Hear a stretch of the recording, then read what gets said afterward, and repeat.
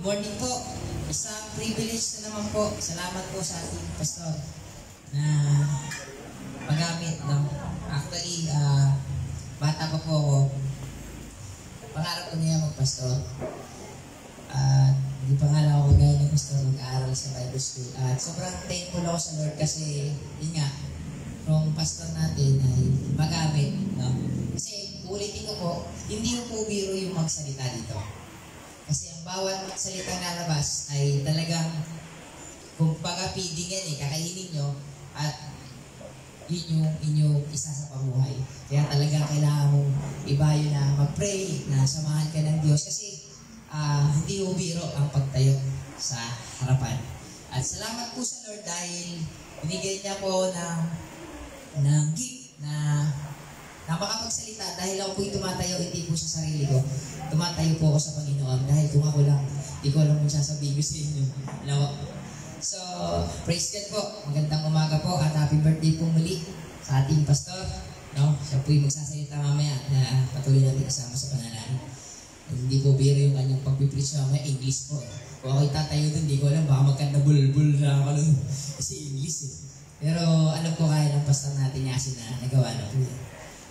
So, tayo po muna ay lahat tayo tumayo. Siguro tayo po muna ay manalangin.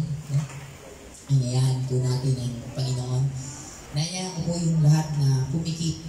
No? Tayo po yung pumikit at tayo po yung manalangin sa Panginoon. Hallelujah. Hallelujah. Ama namin Diyos na banal na mula sa langit. Sa umagang po ito, Lord, muli ay nagpapasalamat po kami sa panibago pong opportunity na ibinigay mo sa amin, Lord God. Na Lord, tuwing every Sunday, nandito kami, Panginoon, umaharap sa iyo para sambahin ka sa Espiritu at katotohanan. Panginoon, ang umagang ito, Diyos, ay ibinibigay ko po sa inyo. Salamat po, Lord, sa pagbibigay mo po ng opportunity sa akin, Lord, na makapagsalita at makapagayag ng iyong salita sa aking mga kapatid. Lord, hayaan mo sa umagang ito, inaanyayahan po namin ang banal mong Espiritu ay patuloy na pumunta sa aming kalagitnaan. At nawa, O Diyos, sa umagang ito, patuloy na mahayag po, Panginoon, ang iyong liwanag, Panginoon, ang iyong kalingningan sa buhay ng bawat isa po sa amin. Lord, narito po ako na iyong abang lingkod. Patuloy ko pong ibinababa ang aking sarili, Panginoon. Wala po akong magagawa, Panginoon, kung wala ka sa aking buhay. Panginoon, binibigay ko po ang umagang ito sa iyo. Ikaw yung magsalita para sa kanila, Panginoon. Gamitin mo lamang po ko as a vessels po, Panginoon. Lord, salamat po dahil naniniwala po kami kasama ka namin. Dahil pinangako mo yan sa iyong mga salita na 2 o 3 magkatipon sa iyong pangalan, ikaw ay nasa kanilang kalagitnaan. Kaya Lord, maraming pong salamat, Lord God, sa umagang ito. Lord, i-bless po ang bawat isang narito sa umagang ito. Salamat sa buhay ng aming pastor, Panginoon, na alam po namin lubos mong pagpapalain ng kanyang buhay at patuloy, Panginoon, magiging channel of blessing pa siya sa maraming tao. Salamat po, Lord God, sa iyo ko po itinitiwalang umagang ito. Purihin ka po sa pangalan ni Jesus. Ay lahat po'y magsabi ng Amen. Sige po, tayo mga kapatid. So, nung last po na message, ang pinag-aaralan po natin na yung life na transformed by God, no? Kaya naman po, kami nga katabi mo, excited ka na ba? Huwag ka matutulog, ha? Sa bagay, mayroon matulog, mainit, ano? So, ang pag-aaralan po natin ay about the importance of life. Yan. So, sa inyong palagay, gaano ba kahalaga o ka-importante yung liwanag? No? So, pwede po bang saglit kayong pumikit, mga 5 seconds? Try nyo nga pumikit. Salamat sa mga sumunod. Sa pagpikit nyo na yan, ano yung napapansin nyo? Madilim. Sige, pwede na kong duwila. So, madilim. So, sa isang madilim na lugar o sa isang madilim na daanan, napakahirap, no? Napakahirap ang walang liwanag. Amen. So, basahin po natin No, sa John 8:12, ang ating pong teksto, sa John 8:12,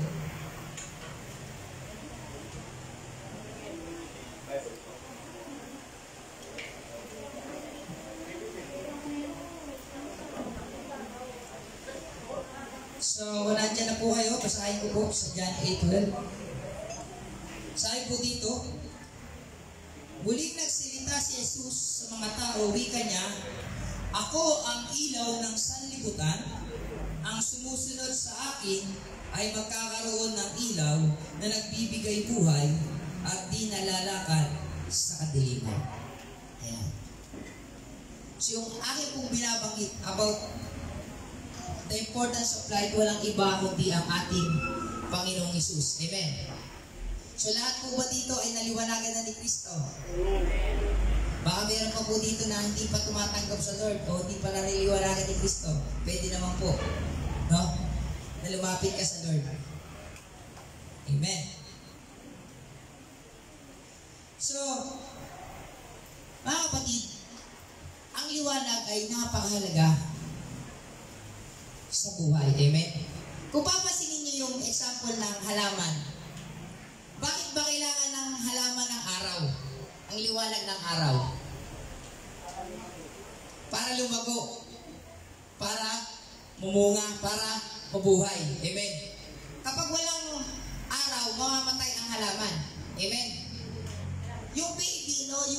Kung papasinin niyo yung baby, yung pinanganak, ano bang tawag dun sa yung iniilawan para mabuhay pa siya? Immature. O yan, no? Immature baby. So, kailangan niya din ng ilaw para mabuhay siya. Amen? Oo, no? Premature baby. Immature, sorry. Immature, sorry. Premature. O, pasaysayan niyo mo. Premature. So, yung baby na premature, kailangan niya ng ilaw para siya ay mabuhay pa. Amen? So, ibig sabihin, talagang napaka-importante ng ilaw o ng liwanag sa buhay. Amen po. So, meron po akong 5 ibibigay, no, na kung saan ay talagang ano ba yung resulta na kapag nasa sayo yung liwanag o nasa sayo ang Panginoong Hesus bilang isang ilaw ng sanlibutan. No? Yung una po, no, nagbibigay siya ng buhay. Amen? No? Nagbibigay ng buhay. So, sa Psalms 56 verse 13, basahin po natin. Psalms 56 verse 13. I-share ko lang po yung message ngayon. Kasi meron po tayong kainan. No? Kaya sisikapin ko po. Siguro, kung natatapos ako ng 11:30, tatapusin ko ng mga 11:35. Joke lang. Siyempre, agahan natin tapos. So sa Psalms, no? Nandiyan na po ba yun? Sa Psalms 56 verse 13. So sabi po dito, sa 56 verse 13, "Pagkat ako'y iniligtas sa bingit ng kamatayan, iligtas mo rin ako sa ganap na katalunan.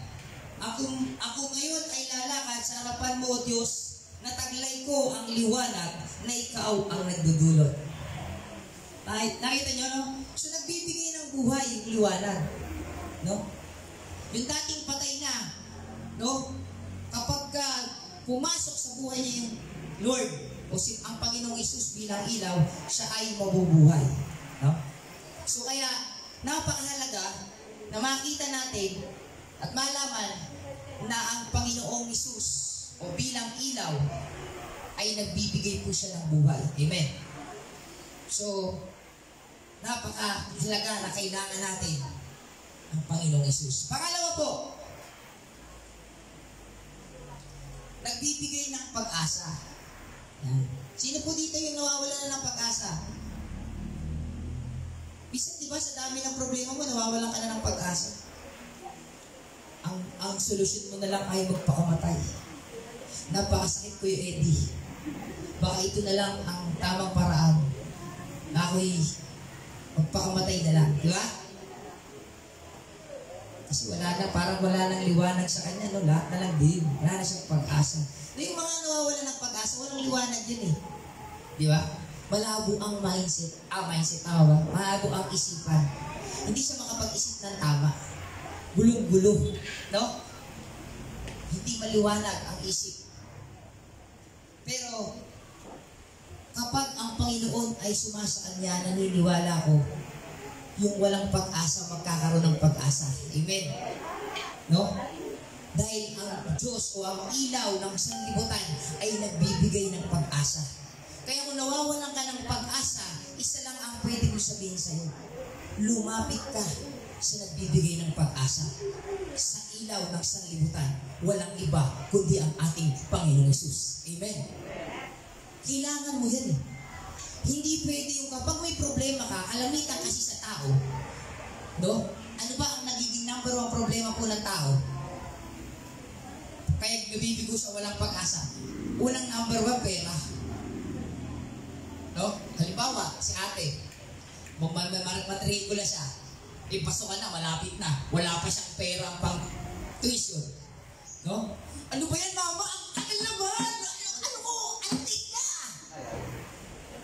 Wala pa akong tuition! Sasabihin ng nanay, bulong-bulo yan. Anak, maghintay ka naman. Hindi ko na alam kung saan ako kukuha ng pera eh. Minamadali mo pa ako? Di ba, no?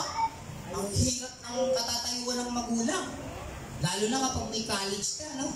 Sino po dito yung mga magulang na nag-college ng anak? Si Pastor Richard, di ba? Hindi po biro, tama? Hindi biro. Tapos kung natapos pa yung college, ang lungkot ng buhay kasi nag-iinom, tambay. Natapos ng college, no? Pero nag-iinom lang. Nakakalungkot yung ganung buhay, no? Parang walang pag-asa. So,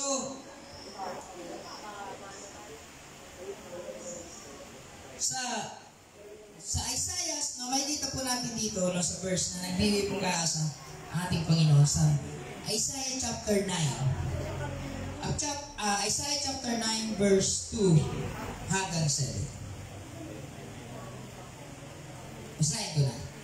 Isaiah chapter 9 verse 2.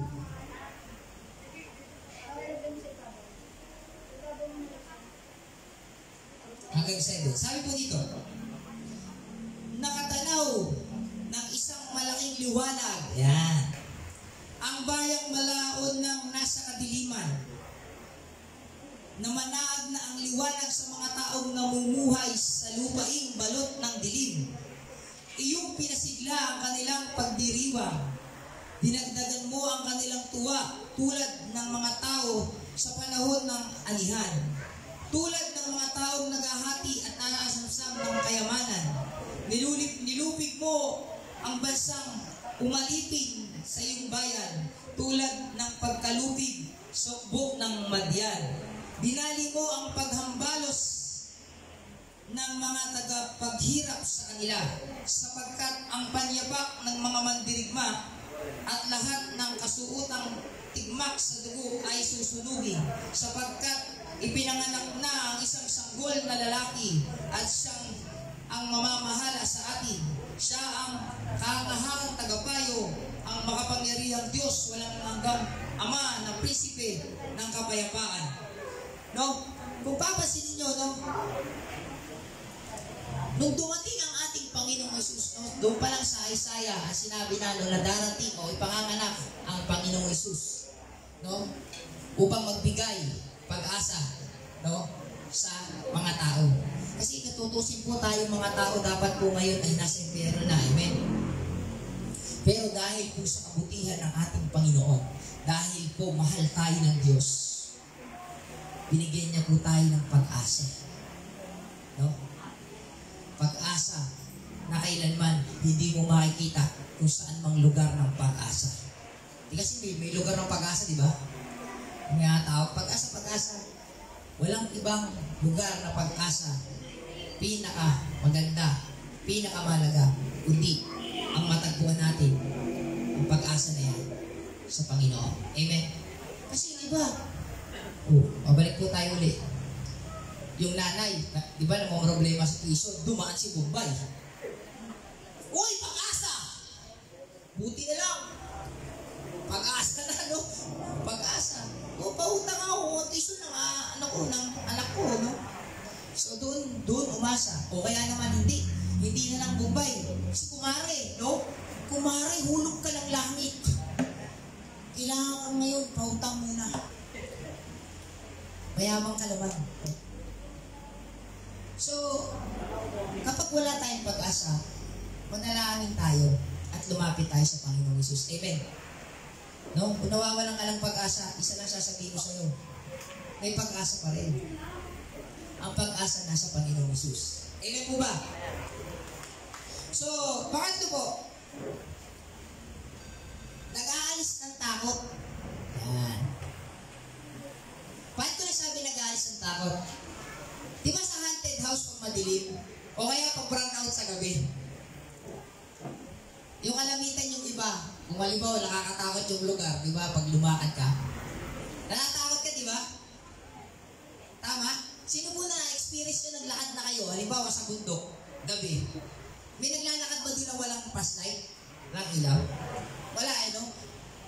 Di ba nakakatakot? No, maglakad ka na wala kang nakikita. Tapos puro puno lang. O nakikita mo ba puno pero madilim, no? So nakakatakot. Pero, pag may ilaw, biglang nawawala yung takot mo. Amen? Pag may liwanag. So ibig sabihin, kung natatakot ka sa buhay mo sa daigdig na ito, kailangan mo ang ilaw, ang ating Panginoong Hesus, na siya nag-aalis ng takot. Amen? Takot, pangamba. Papasok pa rin dyan, saan ka ba natatakot? Marami tayong natatakutan. Number 1 na yan, yung mamatay ka. Amen? Hindi nga. Sino dito ako mamatay? Ako. Wow, praise God! Hallelujah! Palakpakan natin si nanay. Hindi siya takot mamatay. Kabayaran sa Diyos yan. Amen! Alam niyo kung bakit? Bakit di siya takot mamatay? Kasi tinanggap niya na yung liwanag na alam niya, kapag namatay siya, muli siyang mabubuhay. Amen? Sino magbubuhay sa kanya? Ang Panginoong Hesus. Amen? Ang ating Diyos na buhay. Yun. Kaya hindi siya natatakot mamatay. Kaya huwag niyo pong katakutan mamatay. Yung mga natatakot lang mamatay, hindi pa sure yan. Naligtas. Kaya natatakot. Pero, di mo kailangan matakot kung alam mong nasa sa iyo ang Panginoong Hesus. Amen? Kailangan mo lang ang Panginoong Hesus. No? Ano ba yung kinakatakutan mo? Maaalis yan. Luwapit ka lang kay Jesus. Kasi si Jesus nag-aalis ng takot. Amen? Siya yung ilaw na kailangan mo. Amen? So, praise God sa buhay ni nanay. Ibig sabihin talagang nandun na po yung faith niya na kahit namatay siya, hindi na po siya natatakot. Dahil alam niya, pag namatay siya, nanay, mayroong buhay na wala hanggang siyang makakawit. Palakpakan po natin ang Panginoon. Hallelujah. So, basahin po natin sa Psalms 27, verse 1.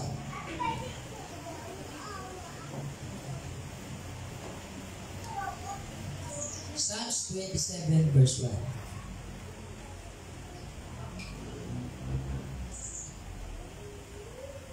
Sabi po dito, tanglaw ko si Yahweh aking kaligtasan, kaya wala akong takot. Walang takot ako kanino man.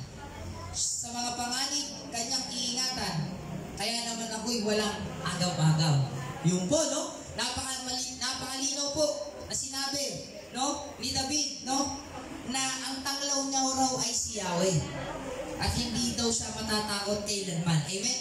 Kapag alam mong kasama mo ang Diyos, huwag kang matakot. Diba? May kanta ka na, alam mo yung kanta? Alam mo yung kanta? May kanta yun eh. O, yun, o. Kasama natin ang Diyos. Di ako mangangamba, di ako mababalisa. Kasama natin ang Diyos. Yeah? Kasama natin ang Diyos. Di ako malulungkot, di ako matatakot. Kasama natin ang Diyos. No? Yung os, maganda ba? Dumaan man ako sa ilog, di ako malulunod. Dumaan man ako sa apoy, di ako masusunod. Kasama natin ang Diyos. Diba? So, pero huwag niyong gagawin yan, ha? Baka mamaya pumunta kayo sa 10 feet below the ground. Sabi doon sa kanta ni, brother eh, kasama ko daw ang Diyos, hindi ako malulunod. Eh baka mamaya, lumusong kayo sa malalim, tapos nalunod kayo. Sisisihin ako niyan. Ang ibig po sabihin noon, kapag kamisan tayo, hindi naman po yung literal na lunod, paglunod sa tubig eh. Bisa lunod ka na sa problema. Di ba? Lunod ka na sa problema. Sa dami ng problema mo, nalulunod ka na. Di ba? Di ba kapag ang tao kasi may problema, ang daming takot eh, di ba? Ang daming takot niya. Paano na kung ganito? What if, what if, what if? Di ba? Kaya yung tao, what if? Halimbawa, yun na nga lang mag-aaral eh, problemado rin yan eh. Sabihin niya, paano ma, kung bumagsak ako, babalik na naman ako. Hindi pa nga natatapos, natatakot na siya, di ba? Paano kung hindi ko mapasa yung exam? Paano na? Paano na tayo? Pero, uulitin ko po, kapag kasama mo ang Diyos, sabi di ba, kasama natin ang Diyos, huwag kang matakot. Amen? Huwag kang matakot, kasama mo ang Diyos. Ang kailangan mo lang, magtiwala ka sa Diyos. Amen? Huwag kang magtiwala sa sarili mo. Kasi anytime, hindi ka perfect para masabi mo na tama yung desisyon mo. Kailangan kung magdidesisyon ka, lagi mong isang buni sa Panginoon. Amen? Di ba? Sabi sa Proverbs, di ba? 3:7, huwag ka daw manalangin sa sarili mong karunungan. Di ba? Kundi sa Panginoon. Kasi bakit? Gaya ng pinag-aralan natin kay Pastor, di ba? Jeremiah 29:11. Kasi alam ng Diyos kung ano yung makakabuti sa'yo. Amen? Alam ng Diyos kung anong makakabuti sa'yo, kaya kailangan mo lamang ay magtiwala sa Diyos. No? Kasi tayong tao, limitado lang ang ating isipan. Amen? Pero yung isipan ng ating Panginoon, unlimited. Amen? Unlimited po yan. So, makikita rin po natin sa Isaiah 41 verse 10,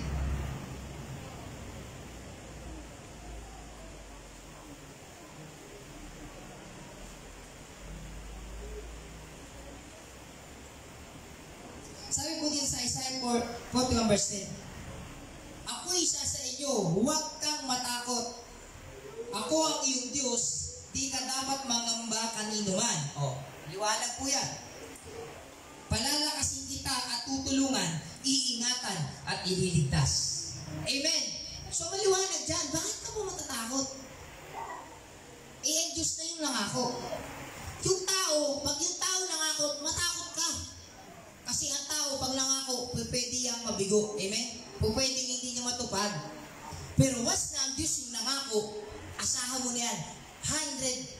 101% kung sinasabi nila, sigurado. Amen? Ang kailangan mo lang ay pagtiwalaan mo yung salita ng Diyos o yung pangako ng Diyos. Amen? Hallelujah. Sa pangapat na tayo, nagbibigay na kapayapaan. No? Kasi si Jesus, sasabi nga siya, ang Prince of Peace. No? So, papasok pa na naman dyan yung wala kang pagkakaiba lang po yan. Nangangamba ka, balisa ka, walang kapayapaan. Number 1 po sa tao, kapag walang kapayapaan, 100% nasa kasalanan. Amen? Kapag ikaw ay nasa kasalanan, wala kang kapayapaan. Huwag mong asahan magkakaroon ka ng peace kapag ikaw ay nasa kasalanan. Maraming bagay tayong alam na kasalanan. Amen? Yeah? So kapag nasa kasalanan ka, huwag mong asahan magkakaroon ka ng kapayapaan. Kung gusto mo ng kapayapaan, kailangan mo ang liwanag ni Kristo. Amen? Para maalis ka doon sa kadiliman. Kasi lahat naman ng kasalanan wala sa liwanag. Nasa kadiliman. Amen? Wala po yan sa liwanag. Hindi natin makikita ang kasalanan sa liwanag. Makikita mo yan sa dilim. No? Sa dilim, di ba? Dahil ang dilim, ang devil ang nandyan. Ang liwanag, si Kristo ang nandun. Amen? So kaya kung gusto mo magkaroon ka ng kapayapaan, simple lang gagawin mo. Although hindi naman tayo perfect, no? Lahat naman po tayo, anytime, pwede magkamali. Kasi nasa mundo pa tayo. Pero, ang sikreto lang dyan, para magtagumpay ka talaga. No? Personally po siya. Mag-pray ka at magbasa ka ng Bible. Kasi totoo yun. Kasi hindi mo makikita na nagkamali ka na pala kung wala kang alam. Di ba? Walang pagkakaiba sa exam eh. Kung hindi ka nag-review, hindi mo sasagutan yung exam. Amen? Kasi hindi ka nag-review eh. 100% naniniwala ko sa isang tao katulad ni Ma'am Aini. Naka-graduate na yan, di ba? Nakapasa siya sa board exam kasi naniniwala ko, nag-aral siya, di ba? Nag-review siya. Eh kung kahit matalino siya, kung hindi niya inaral yun, tingin niyo ba papasa siya? O hindi. Babilib na ako, yung tao hindi nag-aral, hindi pumasa. So walang taong hindi nag-aral na hindi papasa. Lahat yan nag-aral. Kaya di ba may mga honor tayo, yung mga bulak-bol, wala. Ganun din po sa ating Panginoon. Kailangan mo din yan. Kailangan mo din pag-aralan, saliksikin yung salita ng Diyos para malaman mo kung ikaw ay nasa tama o ikaw pala ay nagkakamali na. Amen? No? Para magkaroon ka ng kapayapaan. No? Basahin po natin sa John 14 verse 27. Napakaganda po lang sinabi dito.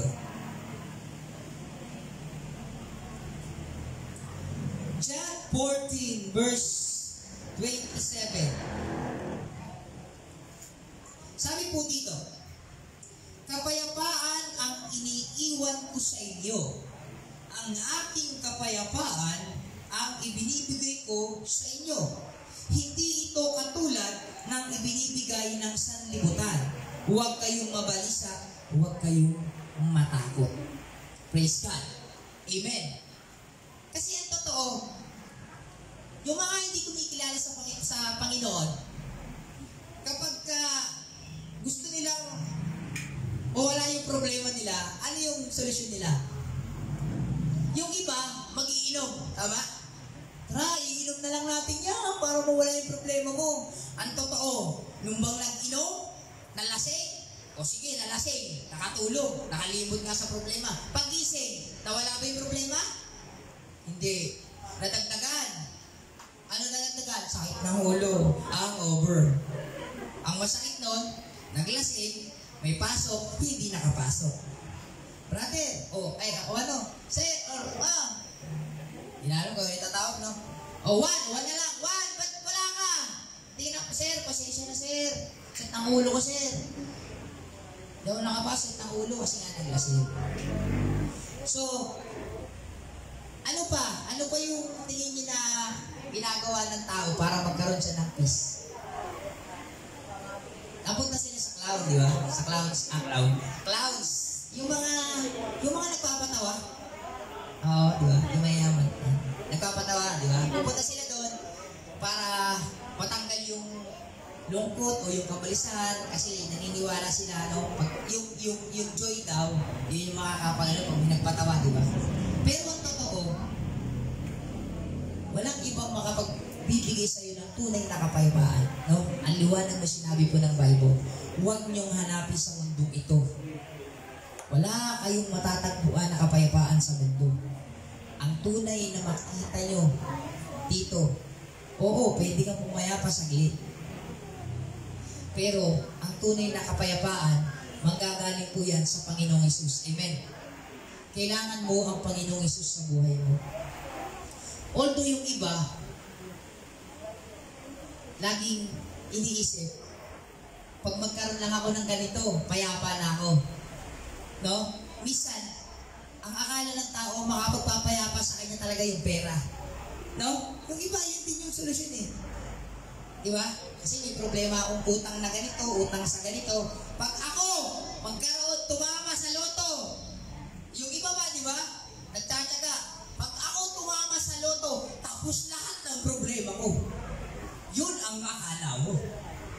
Kasi pag tumama ka sa loto, mas dadami ang problema mo. Bakit? Di ba po? Totoo po yan. Ito po, literal, na legit. Kapag mayaman ka, mas madami kang problema. Kasi bakit?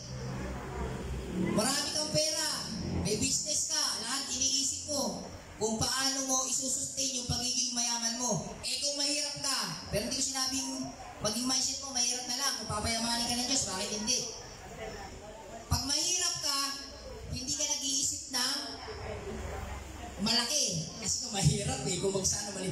Na mga yung mga utang, kasi yung mayaman to, malaki utang eh. Oh, gano'n katotoo yun, no? Malaki daw utang yan. Kung mahirap, di ba nakakatulog, nakanganga pa, naghihilit, di ba? Sa mga palengke nga, gano'n. So, ibig sabihin, ang kapayapaan po, no, ay matatagpuan sa ating Panginoon. So, mahalaga po mga kapatid na ilagay natin sa isip natin. No? Kaya sinabi ng Bible, mag-renew ka ng mind mo eh. Kasi minsan yung mind mo balik. No? Anytime pwede magkamali yan eh. Pag hindi yung mindset ng Diyos ang nasa iyo, pwede yung magkamali. Pero pag ang mindset ng Diyos ang nandyan, ibig sabihin, yung katwiran ng Diyos, di ba? Sabi ng Diyos, unahin mo yung katwiran niya, di ba? O katwiran ng Diyos, hindi mo katwiran. Kasi minsan ang tao nakakatwiran sa Diyos. Pero ang totoo, wala kang pwedeng ikatwiran sa Diyos. Kasi alam ng Diyos kung ano ang tama. Amen? Huwag na lang tumigas ang ulo kasi alam ng Diyos kung ano ang tama. Wala kang ibang susundin kundi ang Diyos at hindi yung sarili mo. Amen? Kung gusto mong magkaroon ng kapayapaan, isa lang ang gagawin mo. Lagi ka lang sumunod sa Diyos. Amen? Sumunod ka sa salita ng Diyos at makikita mo, magiging masaya ang buhay mo. No? Papasok na po yung salita, ang buhay ng Kristiyano ay masayang tunay. Di ba? Masayang tunay. Nagiging masaya lang naman yan eh. Pag sumusunod ka, pero pag sumusuway ka sa salita ng Diyos, hindi ka magiging masaya. Amen? Sige po, malapit na po. May 5 minutes na lang ako. Sabi nga ako sa inyo, hindi ako 11:30 mataas, so 11:20. May 5 minutes pa ako. Sa last na po tayo. Yung liwanag o ilaw ay nagbabago ng buhay. Yan. So, ibig sabihin, ang Diyos o ang ilaw ng sanlibutan ay nagbabago ng buhay. Sino dito gustong mabago ang buhay? Amen. So, lahat po tayo gusto natin mabago ang buhay. No? Kasi, kung hindi mababago ang buhay mo, ay nakakalungkot. Amen. So, basahin po natin. Tapos ko matapos. Makikita po natin yan sa 2 Corinthians 5:17. 2 Corinthians.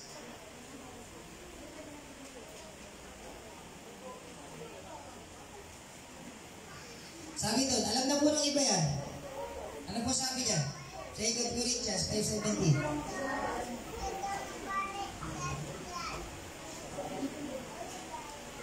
Ano sabi niya? Kaya ang sino mang nakipag-isa kay Kristo ay isa ng bagong nilalang, wala na ang dating pagkatao, siya ay bago na. Amen? So, ibig sabihin, kapag nasa sayo na yung ilaw ng sanlibutan, ikaw ay nabago na. Wala na daw yung dating pagkatao. Ikaw ay bago na.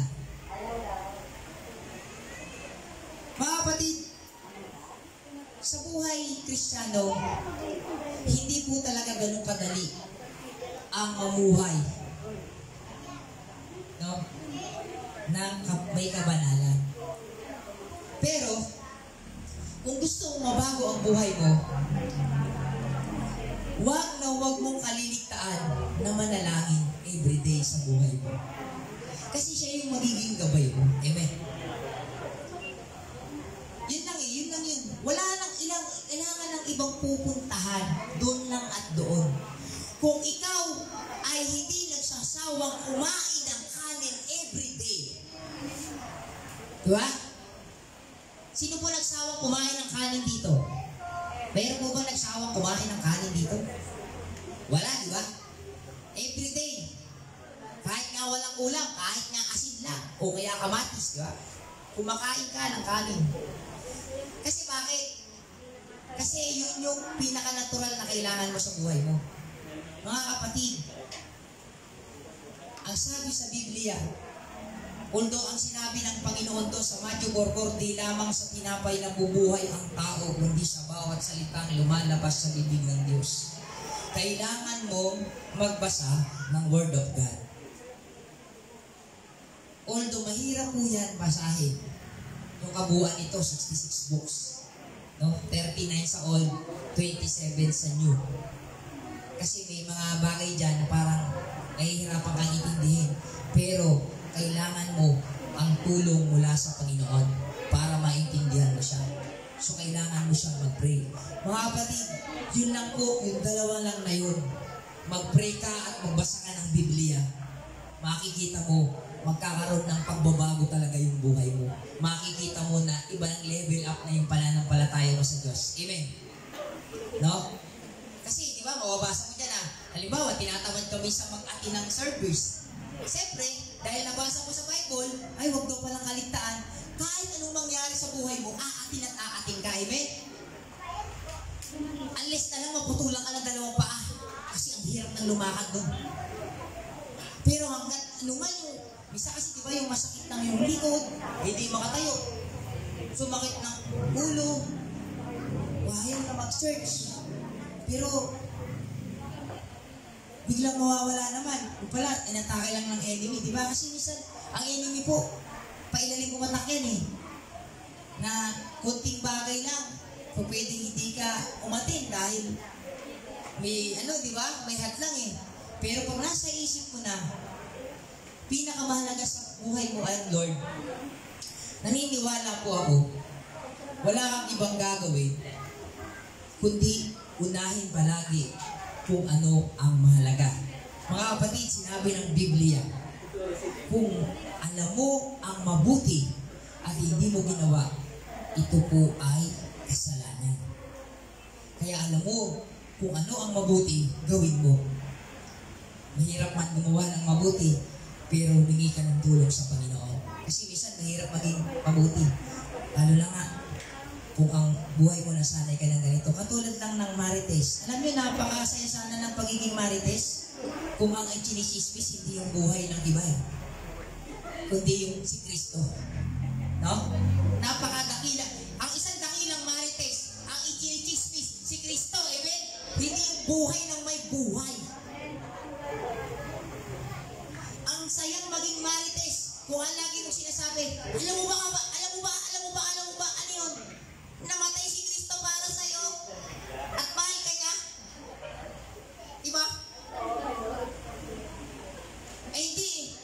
Gusto ni ganito, may bago akong chismis. Uy, ano yun? Si ganito.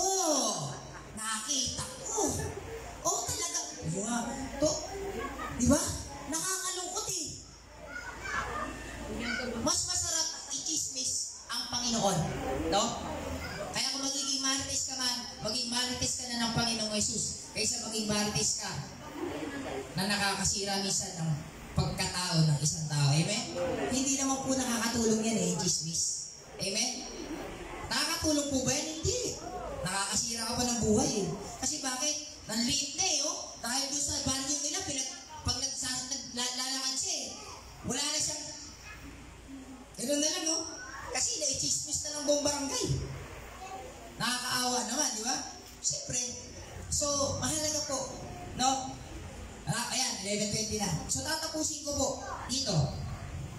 Mga kapatid, ulitin ko po. Ito ay may mano ko. Ulitin ko po. Yung una, nagbibigay po siya ng buhay. Pangalawa, nagbibigay pag-asa. Nag-aalis ng takot. Nagbibigay kapayapaan. At nagbabago ng buhay. So, yun po yung mga, tutusin, 5 lang yan, pero napakaraming benepisyo kapag nasa iyo ang ilaw ng sanlibutan. Amen?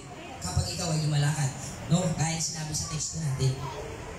So, in my conclusion po mga kapatid, yan, tatapusin ko lang. Buhay, tumutupad sa aking pangakong sumpaan.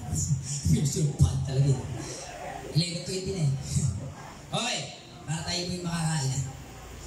Sabi ko dito sa Colossians, kailangan mo lang manatiling mamuhay sa liwanag upang ikaw ay magtagumpay at makamit ang kanya mga pangako, which is ang buhay na walang hanggan. Maraming pangako ang Diyos, pero isa lang ang ating kailangan. Yun ay ang buhay na walang hanggan sa langit. Amen? Kasi bakit? Mahirap mapunta sa impyerno. Kasi kung ikaw nakakaranas ka ng mainit na tubig, pinasok ka, hindi naman po talaga ito nasasaktan. Di ba? Kasi pagpatay na, di ba? Kahit turutin mo, buhusan mo, wala naman siyang aray-aray eh. Ang nakakaramdam yun nasa loob, yung kaluluwa mo. At yun yung pupunta ng emperno. No? So kaya kailangan, manatili tayo sa liwanag. No? Para makamit natin yung tagumpay at yung pangako ng Diyos. Amen? So lahat po tayo ay tumayo. Tayo po ay manalangin. Hallelujah. Oh, hallelujah, Lord God, Jesus. Lord God, salamat po sa umagang ito. Salamat po dahil may Diyos kami na nagbibigay ng liwanag at pag-asa sa amin. Lord, idinadalangin ko ang bawat isa. I-bless mo po yung bawat isa. At Lord, I pray po, Panginoon, na tulungan mo kami. Although mahirap mabuhay sa liwanag, lalo na kapag puno, Panginoon, ang paligid at kadiliman. Pero Lord, tulungan mo kami. Magkaroon po kami po talaga, Lord God, ng pagkukontrol sa aming sarili. Na mamuhay kami sa liwanag. Dahil Lord, naniniwala po kami na kung kami mabubuhay sa liwanag, makakamit po namin yung pangako mo na buhay na walang hanggan. Bilang iyong mga niliwanagan, Panginoon, Lord, hayaan mo po, O Diyos, na ikaw palaging magpaalala at magparimay sa amin na kailangan po naming lumakad sa liwanag, Panginoon, at lumayo sa kadiliman. Lord, i-bless mo yung bawat isa at muli, Lord, dinadalangin namin ang aming pastor, si Pastor Richard, Lord God. Lord, we pray, Panginoon, Lord, yung pagsasalita niya mamaya, maging ang music team, Lord, i-bless niyo po, Panginoon, at samahan ng iyong kapangyarihan. At kaya mo, Lord, mapagpala po, Lord God, ang Hepzibah Church, Panginoon, sa bawat mensahe, Lord God, na ipagkakaloob mo through Pastor Richard, Panginoon. Lord, marami pong salamat. Lord, i-bless mo yung bawat isa narito, bawat pamilyang narito. Lord, ikaw yung nakakaalam ng kanilang buhay. Lord, i-bless mo sila. Kung sila man po'y nag-aaral, Panginoon, kung sila man po'y nagtatrabaho, Panginoon, i-bless mo po sila. At ang tanging dalangin ko sa kanila, Panginoon, nawa tumingo sa kanilang puso ang liwanag na galing sa inyo, Panginoon. Salamat po, Ama. Pinupuri ka namin dinadakila sa pangalan ni Jesus. Lahat ko'y magsabi ng Amen. Salamat po sa pangalan.